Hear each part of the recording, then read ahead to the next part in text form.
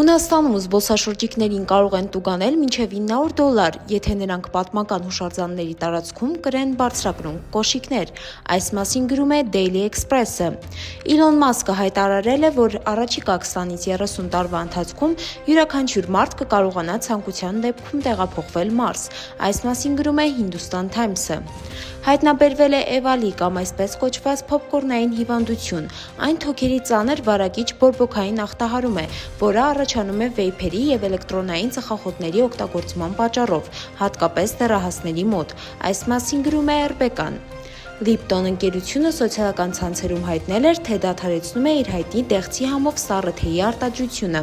Լուրն արագ տարածվել էր և վրդովմունք առաջացրել երկրպագուների շրջանում, այս մասին գրում է Independent-ը, սակայն ավելի ուշ պարզվել է, որ դա պարզապես կատակ էր։ Ռուսաստանում խորթ հայրը գոտիով դաժանորեն ծեծի է ենթարկել անչափահաս որդուն, որպես պատիժ վեյփ օգտագործելու համար։ ԶԼՄ-ների տվյալներով նա ստիպել է տղային ամբողջությամբ ծխել վեյփը, իսկ երբ տղան ավարտել է, հարձակվել է նրա վրա գոտիով և սկսել ծեծել, այս մասին գրում է RIAN։ Boston Dynamics ընկերության ստեղծած մարդանման ռոբոտ Atlas-ը այժմ կարողանում է կատարել բարդ շարժումներ, քայլել չորքոտանու նման, սալտո տալ և նույնիսկ պարել բրեյք-դանս, այս մասին գրում է Popular Science-ը։ Ծրագրավորողը միառժամանակ աշխատում է 9 ընկերությունում և տարեկան վաստակում է $800,000, ոչինչ չանելով, այս մասին գրում է MSN-ը։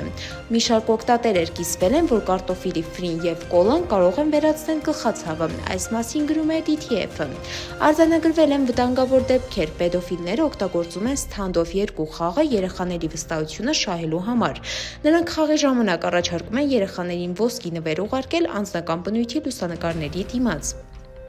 Նախօրեին Իսրայելը շարունակել է ավիահարվածներ հասցնել Գազայի հատվածի թիրախներին, ինչպես նաև հայտարարել է Պաղեստինյան անկլավում ցամաքային գործողություն սկսելու մասին, այս մասին գրում է BBC-ն։ ԱՄՆ նախագահ Դոնալդ Թրամփը հայտարարել է, որ Ուկրաինային ռազմական օգնություն տրամադրելու դադարեցման հարցը չի քննարկվել Ռուսաստանի նախագահ Վլադիմիր Պուտինի հետ ունեցած զրույցի ժամանակ, այս մասին գրում է Reuters-ը։ Ռուսական կողմի հետ հրադադարի շուրջ բանակցությունները կշարունակվեն կիրակի օրը Սաուդյան Արաբիայում, այս մասին հայտարարել է ԱՄՆ նախագահ Դոնալդ Թրամփի Մերձավոր Արևելքի հարցերով հատուկ բանագնաց Սթիվ Վիթքոֆը։